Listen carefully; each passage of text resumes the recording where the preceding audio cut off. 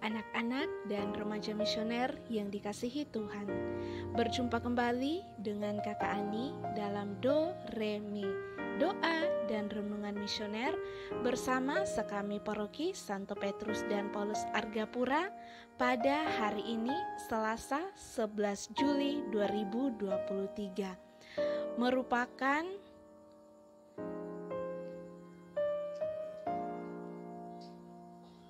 Pekan Biasa ke-14. Pada hari ini kita akan merenungkan Sabda Tuhan dari Injil Matius pasal 9 ayat 32 sampai 38. Sebelum kita membaca dan merenungkan Sabda Tuhan, marilah kita menandai diri kita dengan tanda kemenangan Kristus dan berdoa. Dalam nama Bapa dan Putra dan Roh Kudus. Amin. Allah Bapa yang Maha Penyayang, terima kasih atas hari yang baru ini. Sertailah kami dalam aktivitas kami sepanjang hari ini. Mampukanlah kami untuk hidup seimbang di dalam doa dan bekerja. Hadirlah Tuhan dalam aktivitas kami sepanjang hari ini. Semoga kami senantiasa hidup dalam hadirat-Mu, sebab Engkaulah Allah kami yang hidup dan meraja segala masa. Amin. Tuhan sertamu dan sertamu juga. Inilah Injil suci Yesus Kristus menurut Matius. Dimuliakanlah Tuhan. Sedang kedua orang buta itu keluar, dibawalah kepada Yesus seorang bisu yang kerasukan setan. Dan setelah setan itu diusir, dapatlah orang bisu itu berkata-kata. Maka heranlah orang banyak, katanya, yang demikian belum pernah dilihat orang di Israel. Tetapi orang Farisi berkata, dengan kuasa penghulu setan ia mengusir setan. Demikianlah Yesus berkeliling ke semua kota dan desa. Ia mengajar dalam rumah-rumah ibadat dan memberikan Injil Kerajaan Sorga, serta melenyapkan segala penyakit dan kelemahan. Melihat orang banyak itu, tergeraklah hati Yesus oleh belas kasihan kepada mereka, karena mereka lelah dan terlantar seperti domba yang tidak bergembala. Maka katanya kepada murid-muridnya, tuaian memang banyak, tetapi pekerja sedikit. Karena itu, mintalah kepada Tuan yang empunya tuaian, supaya ia mengirimkan pekerja-pekerja untuk tuaian itu. Demikianlah sabda Tuhan. Terpujilah Kristus.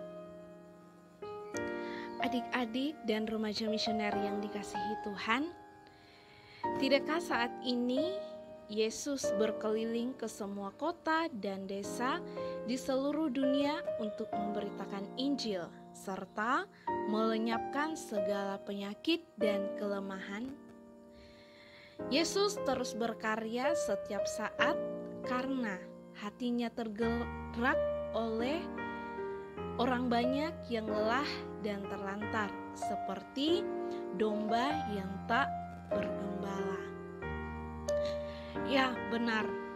Yesus masih berkarya sampai sekarang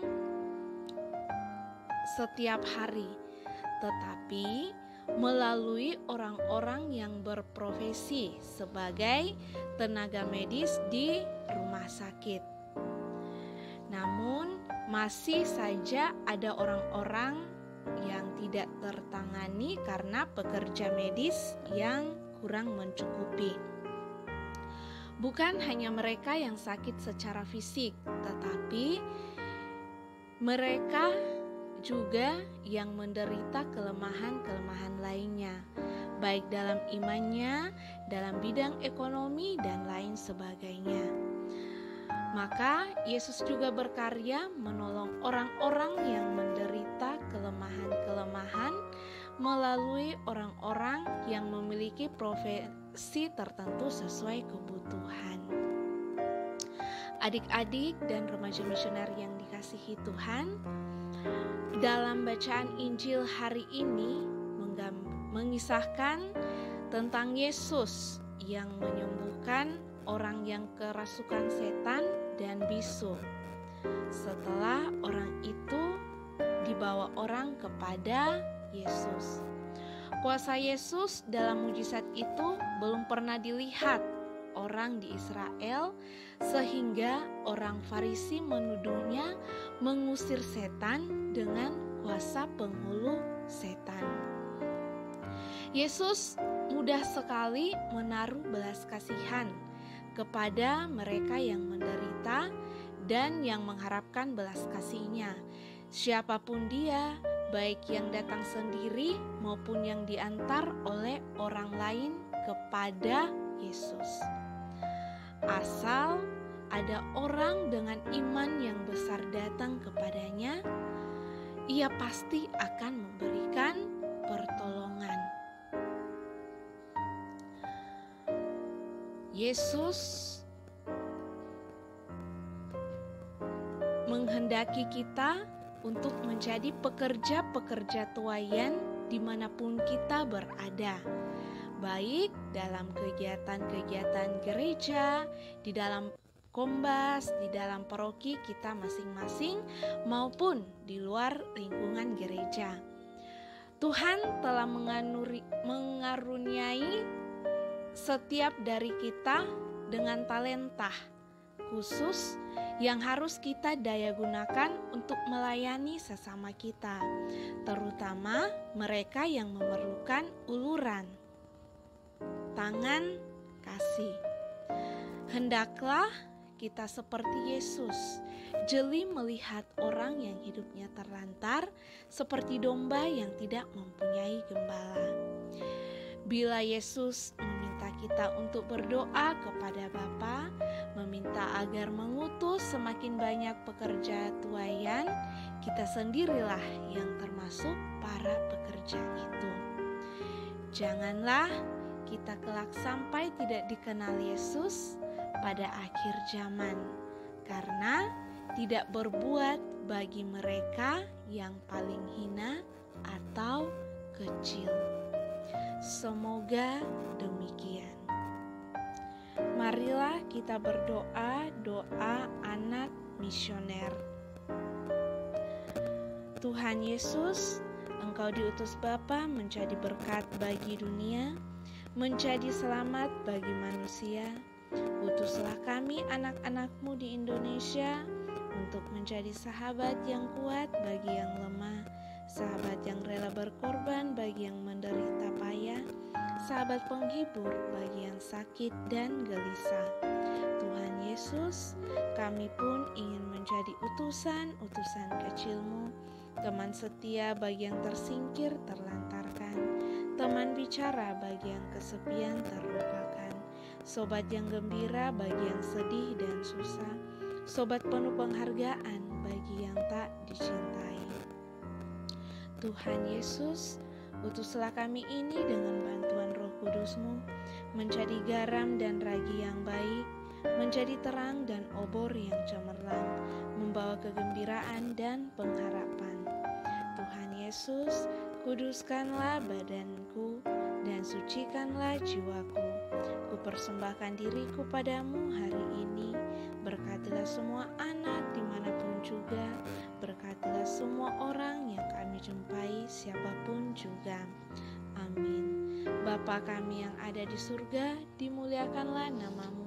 Datanglah kerajaan-Mu, jadilah kehendak-Mu di atas bumi seperti di dalam surga. Berilah kami rezeki pada hari ini, dan ampunilah kesalahan kami, seperti kami pun mengampuni yang bersalah kepada kami.